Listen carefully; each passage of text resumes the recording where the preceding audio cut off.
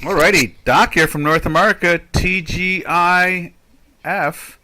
Thank goodness it's Friday.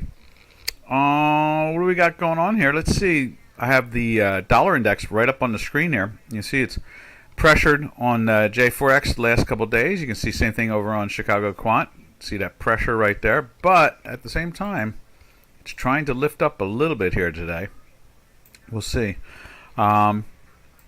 It just doesn't really have much conviction. I think that's the best way to describe it. I don't see a lot of conviction in the currency market. They take it down, they take it back up again. Same thing with a stock market.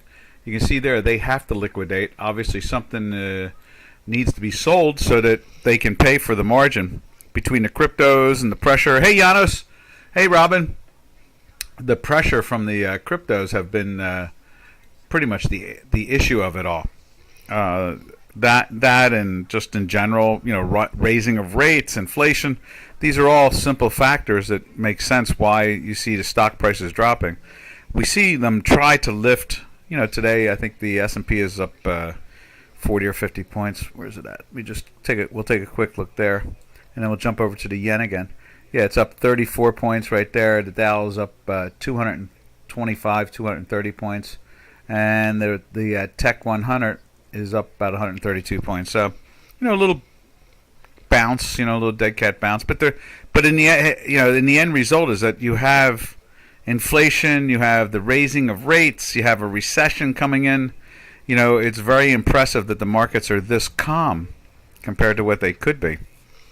Now, I think yesterday one of the things we talked about was trying to define a bear market versus a bull market.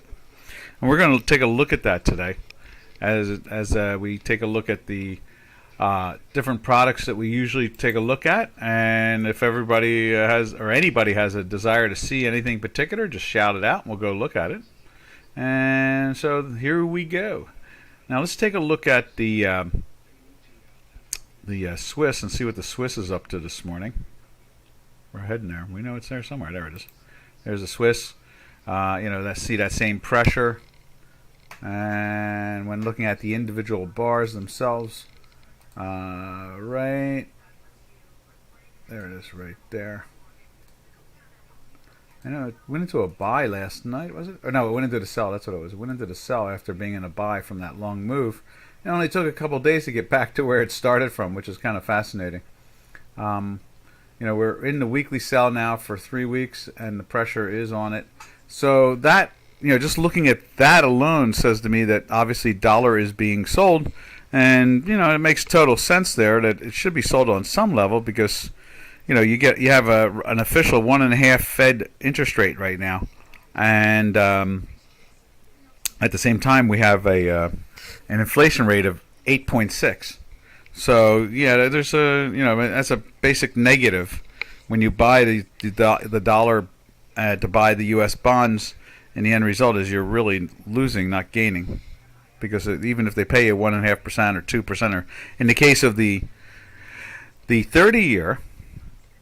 So we can jump over to that real quick just to keep on going through this. Right there, the 30-year bond is trying to lift up a little bit here today. It's backing off from where it was this morning. It was through here at one point, and now you can see it's also flirting with sliding into that weekly sell with the daily sell that's been just pestering it from this top over here. And I guess there's no other way to describe it, and that is that there should be pressure on the dollar. I mean, we're trading at really almost all-time highs. And so it's like, when are the sellers going to come in and take a profit? Someone's got to take a profit. You can't just trade and not take profits. The idea is to take profits. That's why you trade to make money. All right. So from there, we drift over to where is it at? Right there, the euro. You see the euro is trying to move down this morning. Which is the opposite of what the Swiss is doing at the moment. It isn't a daily buy. You got some green dots, and it definitely looks like it's going to hold up in that daily buy at the moment right there. You can see it. It's above the zero line. Let's see what it looks like over on J4X. It's been one unruly, I guess you could say, week overall as we go and look for that chart. I mean, Mr. Biden has really come out and said lots of strange things. Financial markets are followed by numbers. In other words, when you look at something, hey, Jordan, you look at something, you look at their price, and you look at the volume, and you look at numbers, and Mr. Biden keeps on coming out and saying things that don't match up to the reality. It's very strange. I just heard someone say, "Oh yeah, Kurt, yeah, it was." It's definitely a sloppy, beaten up week, and when you really think about it, it's not as bad as we've seen. I was reminiscing to the crash of 2020, and I was thinking how those volatility funds got crushed, and they had to crush the market about 35% to get them closed out. And now those volatility funds basically don't exist anymore. And the billions that they made, they gave up, and that was that wild and woolly reason. This one is just the fact of rates are going up. The inflation is there with that rate increase, but it's not a big enough increase to have an effect on the inflation yet. But it's really trapped. I was saying, Kurt, I was saying to the webinars yesterday or the day before, there would have been a lot more logic if Mr. Powell would have said, we're going to just raise a half a point or a quarter point, but what we're really going to do is we're going to liquidate our big portfolio. We're going to let that out the door a little bit more. We're just going to keep on selling it, and instead of the $9 trillion, we're going to try to work it down more. And that would have been, I think, in some ways just as positive. Or if he'd have done that with the increase of 3/4, because we're in a recession. It's not that we're going into one. We're in a recession in the United States. This final quarter will match as another minus. The Federal Reserve is now quoting it to be 0. They've come down from 5.5% to 0. So, it's the failure of the Fed to be independent and deal with this interest rates over the last 12 to 14 years. They found the only way they could find to raise rates before this and the inflation was only on Mr. Trump. They wouldn't raise them on Mr. Obama for 8 years. They just, 1 quarter point move was it. 8 years, every quarter they said they were going to raise them a quarter. They didn't. They would come in. The Fed would say, "Nah, we changed our minds. There's no reason to raise them." And they should have been liquidating the portfolio at that point, not pumping it up and making it try to fly. And so that's where they're at. So the strangest part of this week out of it all is the fact that Mr. Powell now is trying to resolve something that he created in many ways. He gave the room for the politicians to spend trillions of dollars, and now it's coming back in inflation. And it's just not. He should have done that, and they wouldn't have allowed it under any other political party. But when it came to the Democrat Party, they allowed it, and here we are. So what a strange week it's been for that alone. There's Ken Langone on one of the channels. He's an old floor guy, and he's a member of the New York Stock Exchange, and he's one of the creators of Home Depot. All right, so from there you can see the euro is actually backing off, whereas the Swiss is gaining value. Let's take a look at the cable. Cable doing the same thing, just a little backing off, but still in a daily buy, just like the euro. Let's put it up over here.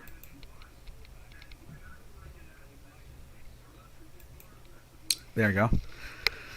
So you can see there, 2 days in the green on the J4X. You can see that over on Chicago Quant, we are looking at a weekly buy happening. Didn't do it the previous week. It just missed it. So that looks like it's going to put a buy-in if they can hold them here for the rest of the day. Now, there's no real news out today. Oh, no problem, Kurt. No problem at all. There's so much to be said, and there's never enough time for the insanity that we've been watching. As Robin and myself have been veterans for almost 100 years combined together. We've both been in the markets for 40 some odd years, and we hear from the old guys. We're the old guy. The young people today think of us as the old guys, but I hear from 80 and 85-year-old traders that are still trading every day, and from the old exchange days, and they're astonished. I mean, they are totally astonished. So anybody who's not been a member or a floor trader, a professional trader, believe me, the professional traders today are stunned at what we're watching. It is beyond anything close to being the norm. What's Jordan says? Jordan says, "Hey, Robin, if I may, can ask what time it is where you're at? I think you did mention it before. It is morning. Yep, it is morning. Outlook on indices. Yeah, let's take a peek at the indices. To start off with, we're going to show you the intraday of them real quick. You can see here the S&P trading up about 29 points. We'll make it a bigger picture. There we are. There it is right there. Oop. That's an intraday chart. You can see we've just pushed into a little sell there on an intraday basis. Up 29 points right there. We've got the Tech 100 right there, up 112 points, and it's also trying to roll over on our short-term trading intraday math. And then finally, the S&P the Dow Jones Industrial Average is up 163, as you can see right there, and it's also trying to roll over a little bit. So that's the action we're seeing as they start them off. Now let's jump over to like the dailies itself, just to get a flavor of it all. And there is the S&P. It's in that sell since here, and it's in the weekly sell also since there. And they took it down a good 500 points. Looks like we're trying to bounce up a little bit. We got a shot at getting to a plus today if they put some buying into the market. But here we are. We're coming into the weekend. Why would anybody want to really step up and start to buy on a Saturday? On a Friday, when you have Saturday and Sunday. So chances are, and we have triple, and that's another thing too. We have triple expiration today. So the June futures contracts go out the door today. The options go out the door. And let's see. Who else goes out the door? And that's it. Those three things go out the door. The options on the futures go out the door also. So that's why they call it triple witching. So it's the equity options, the index options, and the index futures all expired today. And last I looked, they were talking 3.4 trillion in expiration. Let me just go back and look at that. Yeah, there it is right there. Let's bring it up on the screen there for you.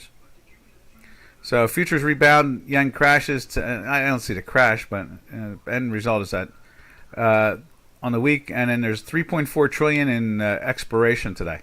So that's a half decent number. We usually see it in the twos, and I think we've seen it up in that number before. So it's not that death-defying. I was looking to see if they. There it is. Friday also brings on an absolute massive triple witching. Although Bloomberg believes that the roughly 3.2 trillion in options expire may lead to short covering, which could bring temporary relief to the stock market. I'd imagine that's what the nibbling has been over. Usually when I used to have big positions, and sometimes I had some of the biggest positions in the world in options, and when you're not normally you roll them, if you're happy with the position, and at the same time. If you noted that they're going out and they're going to expire, you may be closing some of them out on weakness. That's why every time the market would dip, 500, 600, 700 points, then money would come in and buy again because they're more than likely they're closing out their shorts. With the market down, you want to buy your shorts, not when they're up. So, yeah, 740. It's at 740 there for you too, Jordan, or what? Is that night or day? All right. From there, we'll move that off again. And so that happens. A part of it happens right at the New York bell in 46 minutes. The index futures go out. Now, I would imagine they have rolled most of them, but there'll be some that are going to be exercised out for specific reasons, that they need to do the delivery type of thing. All right, from there we go over to, in the currencies, we're going to go to the Turkish lira, since we just left the cable right there. And then we're going to take a little part, the bull and bear market. What does it mean to be a bull or a bear anymore compared to what it meant before 1975, before the derivatives existed? There we are. You can see there, they in his second day of a buy, a little lower. Turkish lira, that's the Euro Turkish lira. There's plenty of pressure on the product. Let's just take a quick look at the dollar Turkish lira. That's been really just pushing up. We've been in a weekly buy in that product for months. There it is right there.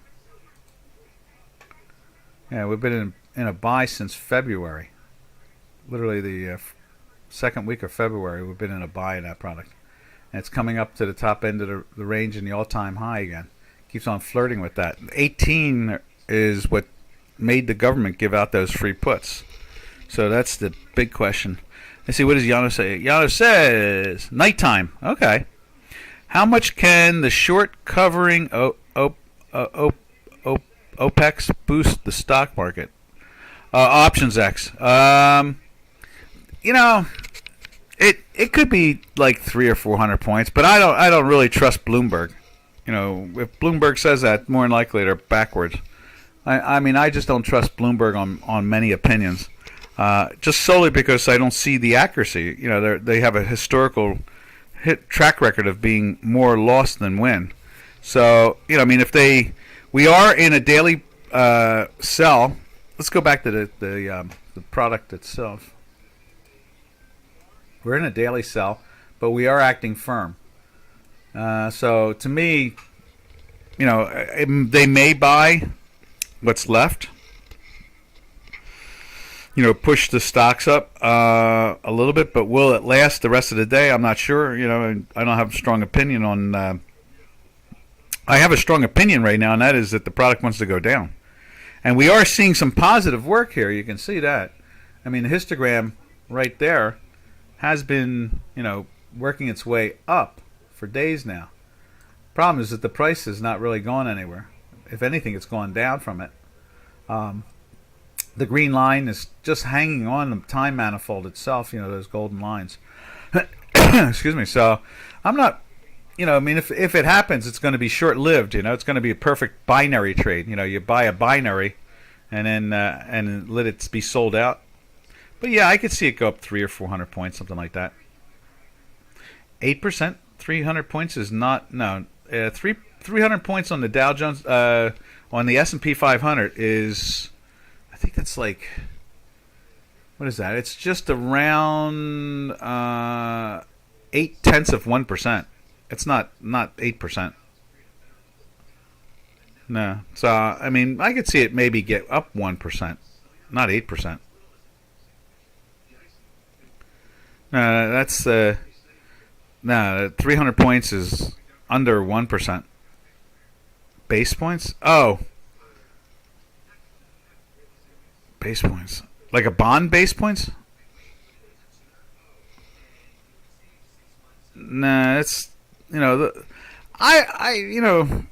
we've seen the products try to bounce the last couple of days, and they've gotten up about 1.25%, 1.5%. I think I saw the Dow Jones get up about 1.75% at one point. I saw the S&Ps, I think, on one day, the day Mr. Powell spoke and raised the rates. I saw the S&Ps get up a little better than 1.5% also, but nah, not that strong a move. Yeah, so in other words, 300 points would be on it. It'd be like 0.8%. It's just under 1%. So under 1%, which is, it's, to me, that's kind of like background noise. We've talked about this throughout the months now. The noise, the background noise in the marketplace is all confused. In other words, there was a time when the market would be up a half a percentage point or down a half percentage point, and no one seemed to take it too serious. It was just noise in the day. Now the media talks like as if it's a major move. So, I mean, that's really the odd part out of it all. There we are. Okay. Let's see. Who's that? Who's pestering me now? There we are. I just answered a text there.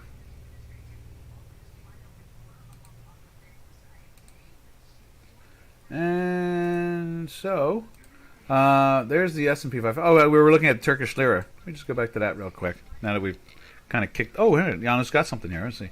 Base points got.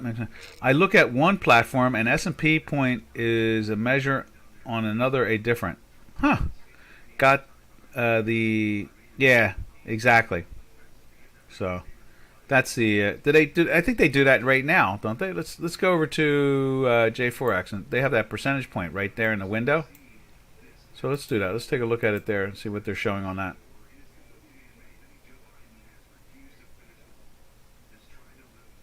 Let's see. Right there. Yeah, so it's up 122. Is it up 120? No, wait a minute. It's not up 122. Let me just go to my short-term chart at the same time.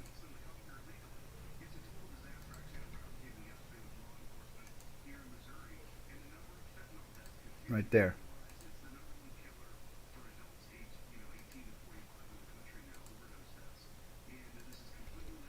It's up 20 points right now, the S&P 500.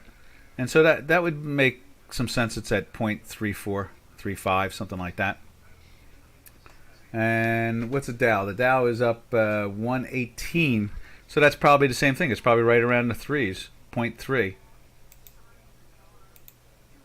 That's 0.2425.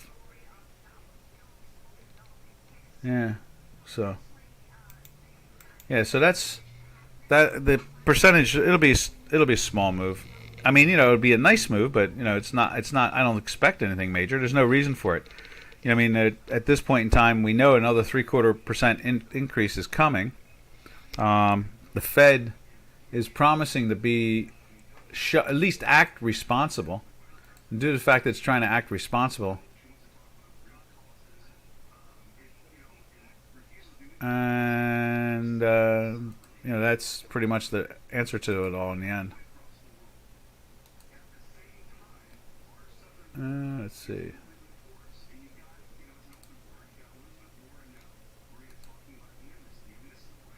Okay, there we are. And so in this case here, we have, where are we at now? I was at Turkish lira because I guess we're done for the indices. We'll go back to them towards the end. We'll take a look at the indices at the very end. Where's that mouse at? There it is. And there it is right there. That's the dollar Turkish lira, and we were looking at the euro Turkish lira.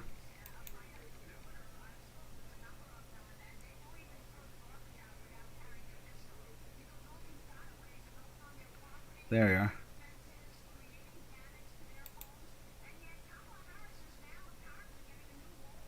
There you go.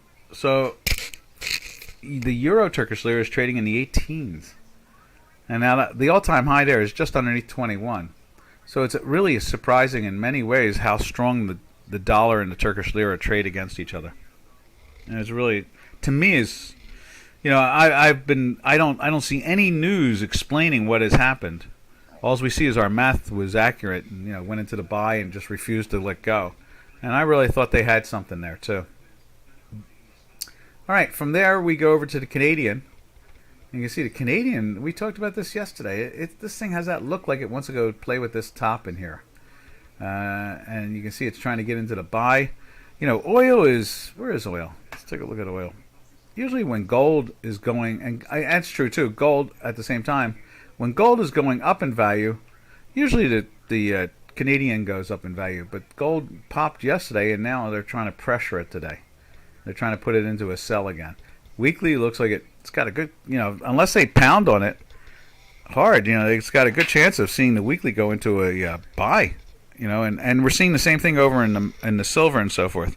So I'm looking forward to looking at those products when we get done this. The metals market overall, you know, we've been beating that drum here that the overall metals market, we don't really see any real potential for gain until towards the elections or after the elections at this point.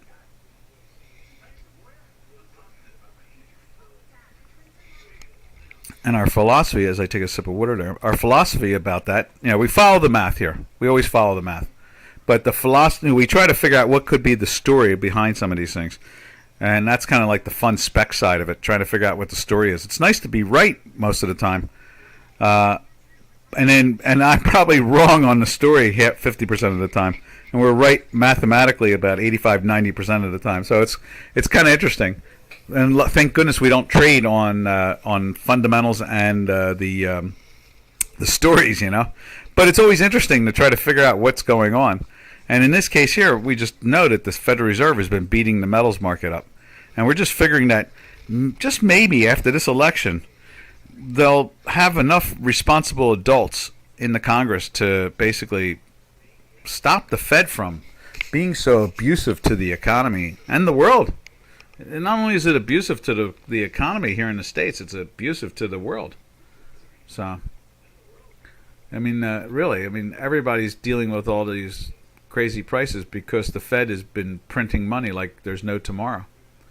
From there, you know, we look at the oil to match that up. You can see here they're trying to perk it up. It was up a little bit firmer earlier. It is flirting with a daily buy. Looks like it's going to hold in the weekly buy. And boy, yesterday was that like throw the baby out with the bathwater? They traded the front month contract down to 112.31. The back month was trading at 106. I was like, wow, they were really pushing it out the door. And so that's the pressure is trying to get on the upside. It's pretty much unchanged for the day, but at least they're not selling it down. Or wait a minute, I'm supposed to cheer for them to sell it down. That's right. So we would wish they were selling it down because it's oil. It would make inflation move partially away. I forgot. I just follow the numbers. I forget sometimes what the product is, and I don't even until I hear it, and then sometimes I forget why I'm saying that. Why I'm telling you something that I don't have any. What is it? What's the word for it? I don't have any favors out there. I don't favor any particular product. I just trade the numbers. So here I am cheering on high-priced oil. All of a sudden, it's like, no, don't do that. I want to pay less for my automobile's fuel. But, I'm just watching the math and going, wow, this thing's trying to lift up. We're getting a buy signal there, and we're in the weekly buy, and there's strength out there. Yeah, go up. Because, the math is saying it's going up. And when I see it going up, I'm like, yay, you're doing well because you're following the math. But I just realized, no, I don't want oil to go up. I want it to go down. So we need that to get into a weekly sell, and we need another, we're in the daily sell there since this little slide from the 123 area.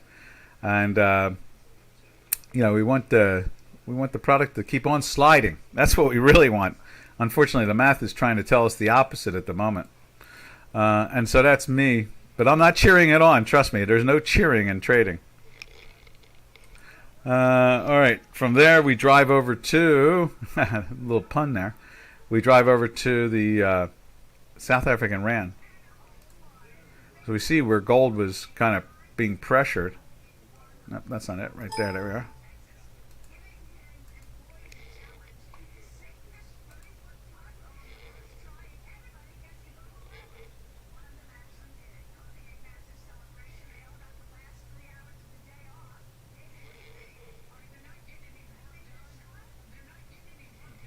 All right, and where is the South African rand? Right there.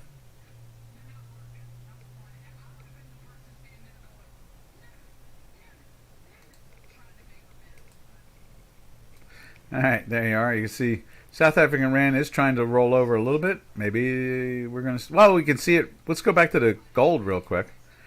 Gold is trying to. Looks like it's going to close in a weekly buy. I mean, it has that great potential there right now, unless something wild happens during the trading day. I mean, we've got there's the weekly. It's trying to lift up and get. I mean, it's through there, and it just has to close there, and that'll confirm the strength that's starting to come in. At the same time, we were in a daily buy, and it's this odd push down out of nowhere has driven our algorithm into the minus again after going into a buy yesterday. So it was a very small gain. Where'd it go up to 1854? And yesterday it made up to 1860, and it closed at 1859. So, no, 1861 today is the high. So it just went up a couple bucks. That's about it. Not even a buck or so. Where was the settlement? 99.70. So a little less than $2 from the close to the high. All right. From there, we drift over to the yen, which is doing some interesting moves. We saw the yen over the last couple of days went into a sell. It's in the weekly buy still, as you can see right here.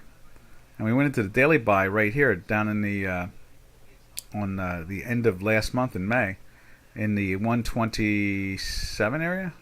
Yeah, 127 area, 127 and a half. And we back then we figured we were going to take out this and get to that 35 we've been looking at.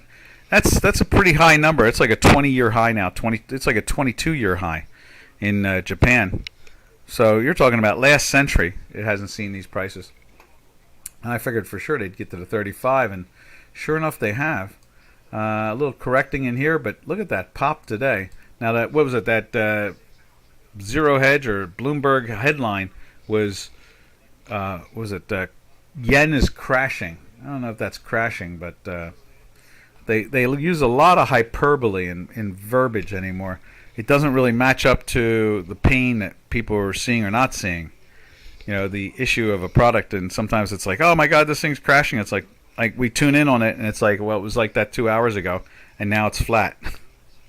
I think we saw that. Was that yesterday? They said oil was crashing, and we went to oil, and it was like down 10 cents, or 1 cent, or up. So it was very close. It was almost unchanged. And yeah, they had smashed it earlier in the day, but it came back, and that's so. You would think there'd be some responsibleness in these media side. Like I try not to say anything that's not backed up mathematically, that's factual. But the media will say incredibly crazy stuff in the middle of a trading day. I just have to lower the volume. I can't take listening to the stupidity. Another sip of the old water. So. From there, we go over to the Mexican peso. And that's been lifting up also very firmly. Right there. That's up just a little bit from yesterday, but it hasn't taken out yesterday's highs of up in here with that 50 percentile from the range.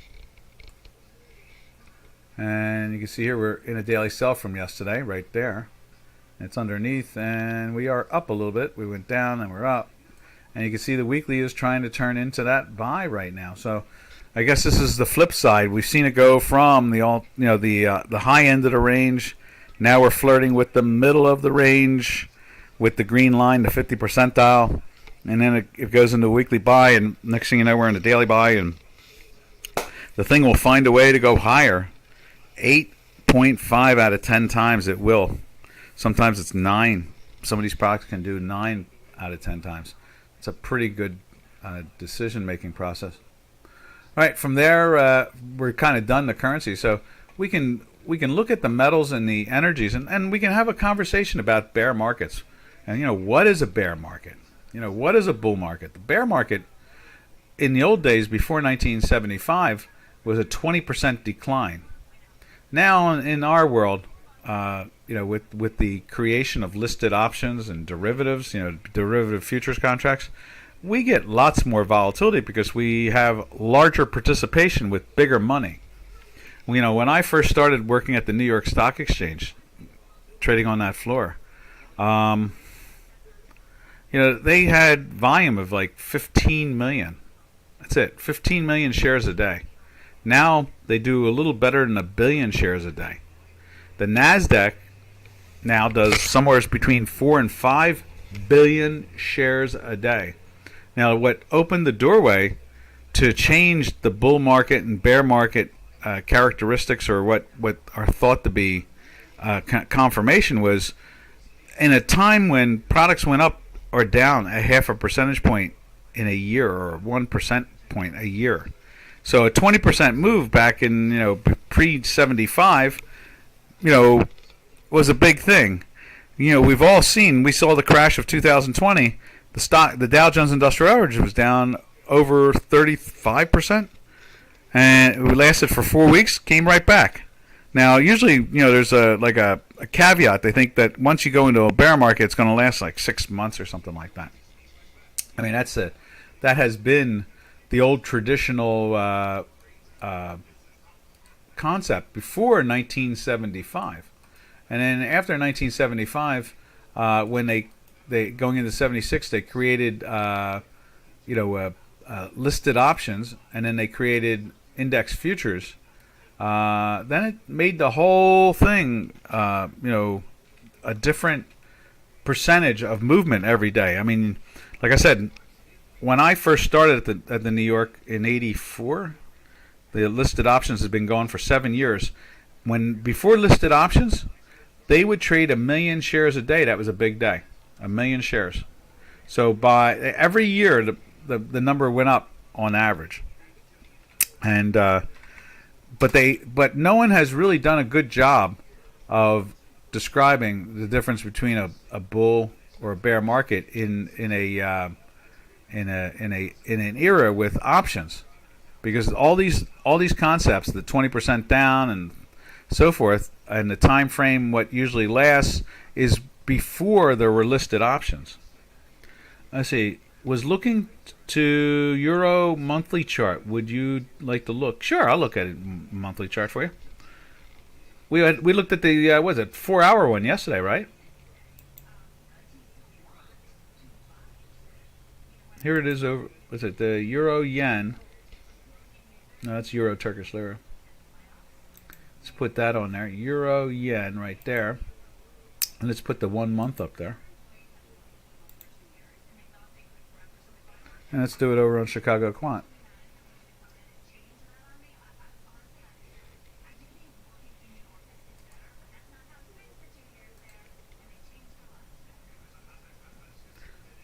We haven't looked at there's the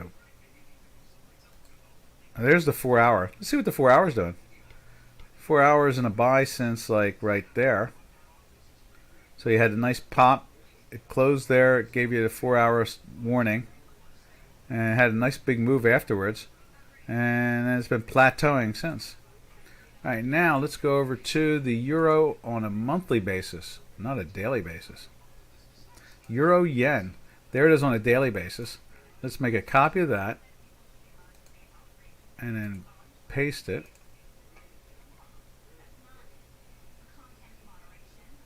Let's just double check it, make sure it's in the right spot. There we are. Activate. And let's put a monthly in there and see what that looks like. Let's see, right there.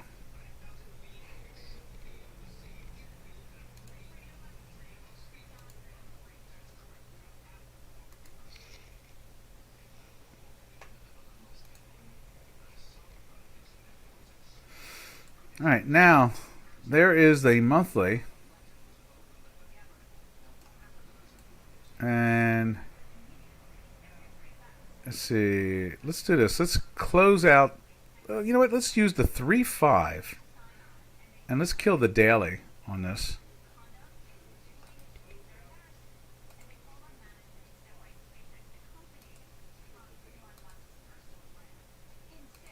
Okay, there we are. Okay, now let's move out the other one, the weekly.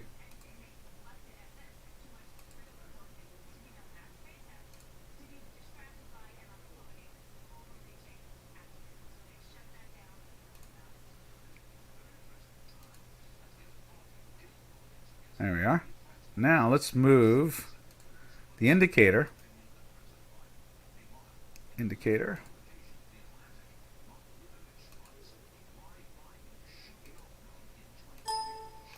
Oh, I see. Let's do that again.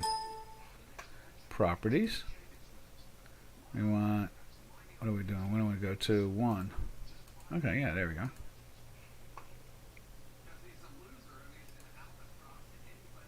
Okay, there is a monthly right there. We haven't done this. This is kind of interesting. So went into the weekly buy here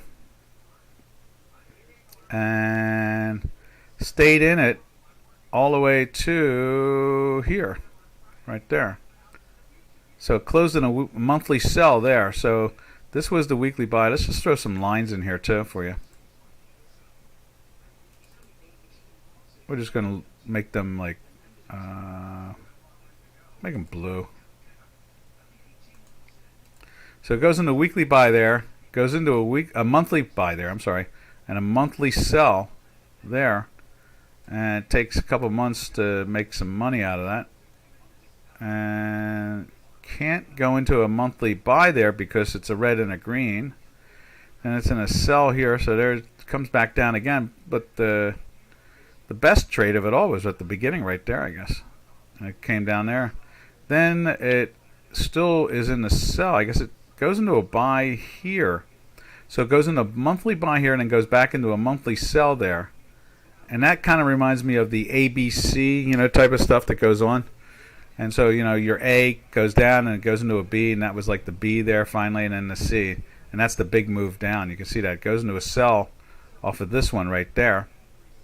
And it's in the sell all the way to here. And then, see, it goes into a buy.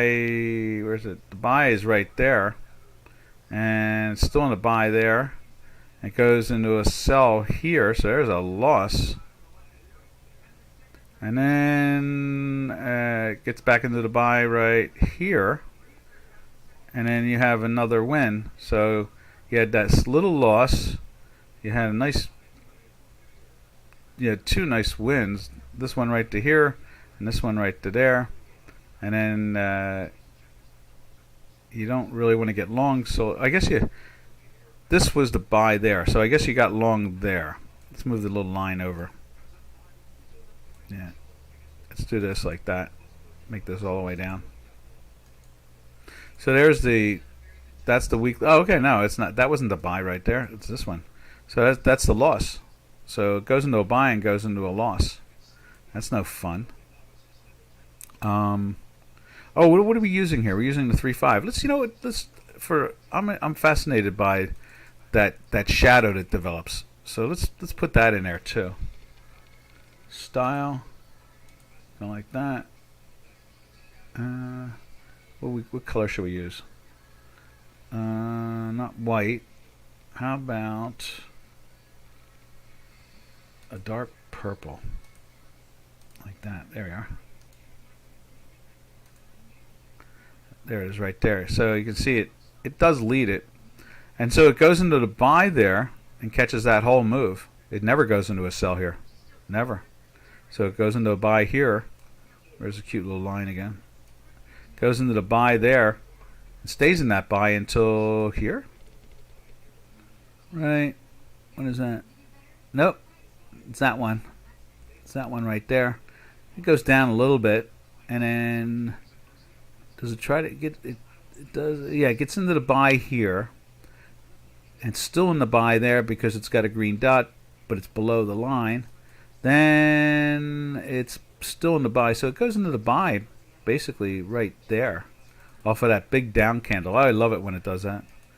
And then it's usually good explosive moves. And then I guess 4 months later, it really takes off. But it went into the buy, went over right there. There it is. It wasn't the down candle. How's that, Jordan? Does that make some sense? Oh, was supposed to say euro dollar, my bad. Euro. Okay, well, let's take a look at the euro dollar in there. Let me just save this for a second. Save workspace like that. Okay, now let's put the euro in there. I don't have any problem with that. We rarely look at the monthlies on this. I think we used to decades ago, or maybe at one point we did when I first was doing Dugoscopy. Okay, there's the euro. It's filled in. So in this case here, it went into. Oh no, that's not it. So we got lines we can play with too. Why don't we do this? We'll eradicate that. Remove. So it went into the monthly buy. I guess there's the monthly sell. There's the monthly buy. Then here's the buy right there. That's for 3 months. Does it go anywhere? Then it goes into a sell there for 3 months. And then goes back into a buy again. And no matter how much you gave up on the losses, you had some nice super duper wins. Like that win from the 104.85 area to the 125 area. Then it went into a sell in the 117 area basically. And traded all the way down to 108 basically. So, and then we go into a sell here. Does that really do it? Does it on the green dot no less? No, you can't do it on the green dot. So it's the next one over. So it goes into the sell here. And it was in a sell. And it's still in a sell. And it's still in a sell. So, remove drawing. There you are. So how is that? Does that help you out better? So it's been in the sell since the 120-ish area, 123 area, 124 area, something like that, 122. And it's still in that sell. So it's feeling the pressure there, you know?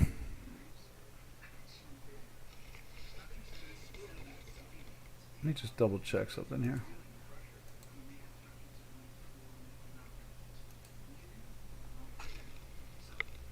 All right. So, bear markets and bull markets. Wall Street has its own jargon, I guess you could say. Bull market occurs when securities are on the rise, and while a bear market occurs when they're going down. What else can we say? I wanted to try to lay out more stuff. I got entangled in some other. I owe more to this conversation. Let's put it that way. A bull thrust up into the air. You know, in other words, the 20 percentile is what they watch for. But I really, historically, I don't think you can. I mean, I remember the crash of 2020. They were like, "We're in a bear market. This could go on 6 months." And it's like it lasted 3 weeks. So the attitude is usually that a bear market, if you go down 20% before 1975, chances were it was going to stay down for a bunch of months. 5, 6, 7, 8, 9 months, sometimes a year. But after 1975, the action and the derivatives have exploded the participation in the marketplace. So, the option market, as I was saying to you, in 2000, before the options were legalized and listed on exchange floors, the New York Stock Exchange was trading 1 million shares a day. The Nasdaq was probably trading 500,000 shares a day. Once the options got going, volume expanded, and it wasn't until the collateralized debt obligation disaster, the crash of the global financial markets in 2008, where we had the great, they don't even have a name for it. What do you call it? The Great Recession. But we lost some of the most influential, most respected markets in the world, companies in the world. Lloyd's of London, bankrupt, and, Merrill Lynch, bankrupt, and, Bear Stearns, bankrupt, and Lehman, bankrupt, and so forth and so on. So Wachovia, gone. Wachovia, I think at that point, was the largest bank in the United States. Wachovia was. It was a combination of those southern banks down in North Carolina that built a big banking system up, and they had bought major banks. I think they bought that big bank in San Francisco, and they were just major, and they went under. At that point, they had owned A.G. Edwards, so they had a major brokerage house with them, and major banks, and they went under. So, the concept of I need to do more work on describing a bull and bear market, because what I didn't do is I didn't take apart what markets have done since the listed options. I'm only telling you from memory and experience that since the listed options, the 20 percentile means close to nothing, and it doesn't, it's not what it used to be. So when they get on the TV and the financial channels and they try to, I want to say, they seem to try to scare you, it seems like, about where the market is because of this, that, and the other thing. It just doesn't work that way anymore, and that's because of the listed options. The amount of participants is enormous now. We've gone from 1 million a day before listed options, or 500,000, or under that at the Nasdaq, to 1 billion. We trade 1 billion shares a day at the New York, and the Nasdaq now trades 4 to 5 times more volume than the New York. It's the number one market now. That used to be what the Nasdaq 100 or the Tech 100 index, and the exchange itself and its products used to be what the Russell 2000 was. Enormously speculative, unprofitable companies with the hope that one day they were going to be successful. And now it's the other way around. It's the let's put the euro into the J4X too. It's the other way around now. It's literally the what the hell's the name? The Russell 2000 is all those speculative companies. And I remember walking to work, when I traded out of the New York Stock Exchange, and I remember walking to the from the train or something like that, and I'd see other members and the old guys, all the old heads, and they were always giving us option guys grief, saying you guys wrecked the market. And then they would look up at the building as we were going in, especially on the Wall Street side, and they would say, we made money. We made money on 1 million shares a day, and now we're trading 15 or 20 million shares a day, and we don't make anywhere near that money. And that was pretty much it. And I think that's the perfect example of the bull and bear market description is gone because of that alone, because it doesn't take in consideration the volatility that we've seen, since the creation of options. Options have opened the marketplace to incredible participation. All right, let's jump over to, I wanted to get that off my chest a little bit, that the 20% means nothing anymore. And it's just another number at this point. And I'll try to do some work over the weekend, and maybe I can give you something on Monday. Now, from there, let's take a look at the metals market.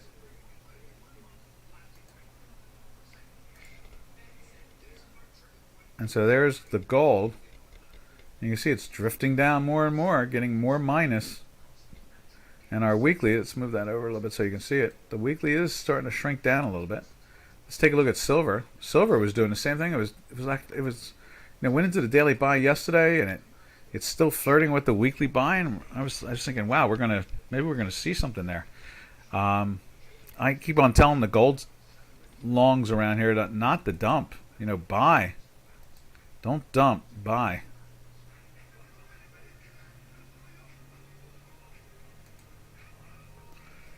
And from there, we go over to the copper. Maybe the copper's trying to reflect the industrial side. Remember, we talked there. It is now. It's trading at what, 405. And I'm thinking we're going to see. What did I say a couple days ago? I was thinking that we probably would see something like 387 or $3.92 or three something like that. I think it will try to break the $4 area.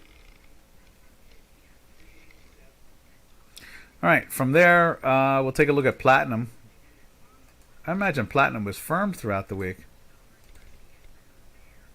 Yeah, but it's still not getting into that weekly buy. And I can't imagine gold or silver going anywhere if we don't get the platinum into a weekly buy. All right, from there we'll drift over to the energy sector, and there's the crude oil. And let's put North Sea up on... where's that at? Let's put North Sea on the chart there on J4X. There it is right there. There's Brent trading at 118.15, 16, something like that. About a $3 and $2 and what's that? 268, almost 270 premium. We've seen it fall down to 70 cents this week. It was interesting to see it back off like that. And then let's take a look at the back month, which this was lifting up and trying to get into a buy. Now it's failed. We can remove that for the time being.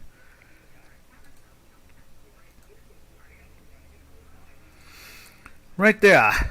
And you can see there it's doing the same thing. We're failing also there. So the oil market, I guess we're supposed to cheer that on. That's right. Yay! It's going down. We just want our math to confirm it. That's all. Then from there, we take a look at nat gas. Let's take a look at European gas. There's on the J4X. There it is right there. It's at just touching the 27-ish area. Bouncing between 28 and 27, high 27. We saw it at the beginning of the week, kind of in the 26s. We would be cheering that on too. Natural gas in Europe being, be nice again to see it match up to the American numbers. I mean, we're trading natural gas. Let's put nat gas on there. There's natural gas. We're trading in the we're set. We're up around $9 on what was that?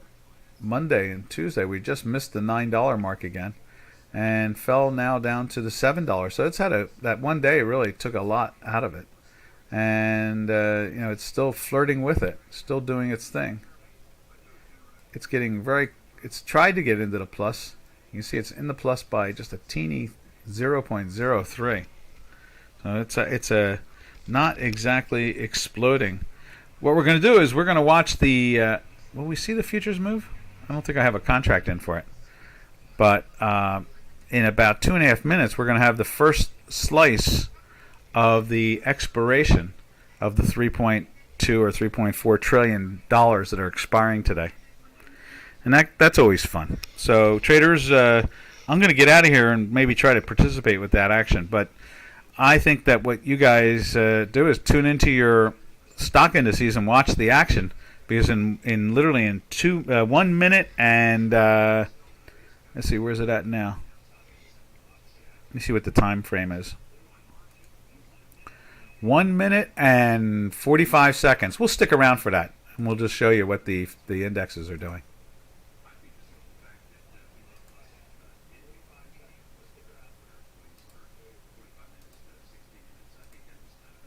There we are.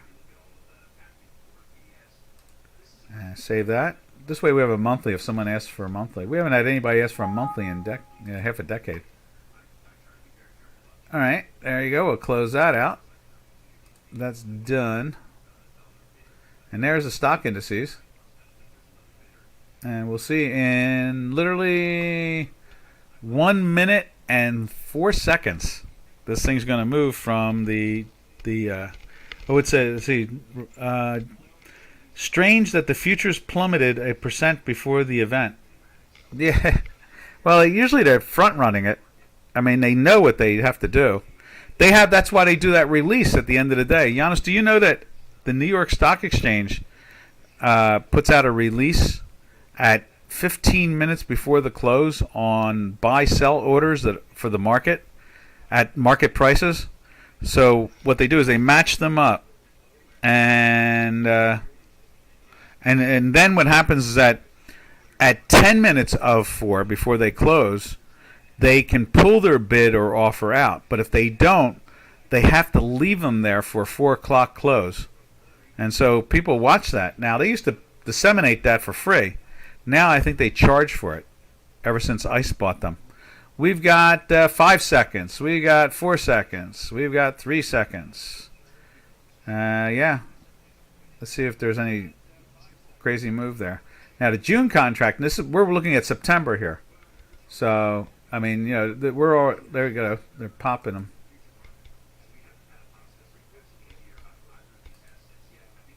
They popped it just a little bit within the minute here. So it's been 1 minute and 30 seconds. So it hasn't had a lot of influence since they front-runned, as you can see here, going into the last, there it is there, 2 minutes beforehand. They took the S&Ps down from 3,679, basically 80. So basically 3,680, and in a matter of a minute, it was trading at 673. That's only 7 points. That's not much. They're bringing it back to the area there. You can see that. That's where it is there. It's back to here. Let's see if they're doing the same thing with the NASDAQ. Same thing. Where's the NASDAQ? Right here. They took it. That's that. No, that's not it. It's right there. That 27 at 28 after. So they take it down. It's way through there now. So they're lifting it up from that. So it was a sell. The program was a sell to get rid of. And they've gotten rid of it. Now they're buying into it again.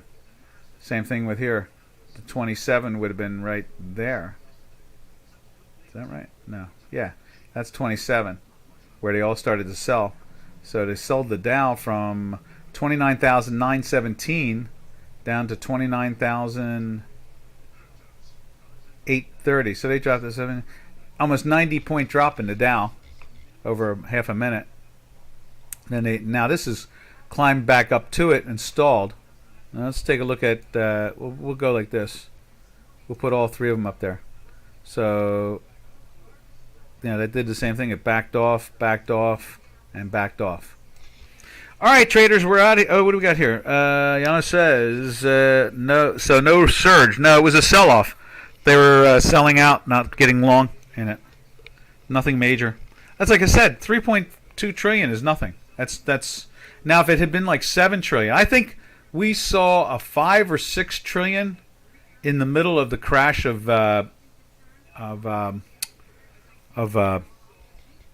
2020 because the March contract expired going into the V bottom. So the third week of March, where we had that V bottom, I think I have charts on that. Do I have charts on that? I think I do. Is it on this machine? It's not on this machine. Let me see if I can put that chart up there. Back in, I think I have it in there here somewhere. We'll have to look at that on Monday. We'll do that on Monday. I'm going to try to get into the market and take care of what I have to take care of. All right, traders. This is Doc from North America. We will catch you all on Monday. It'll be TGIM. So everybody have a safe and a smart weekend. Happy trails to you until we meet again, which will be Monday. Happy trails to you, to all our Dukascopy friends. Later, traders.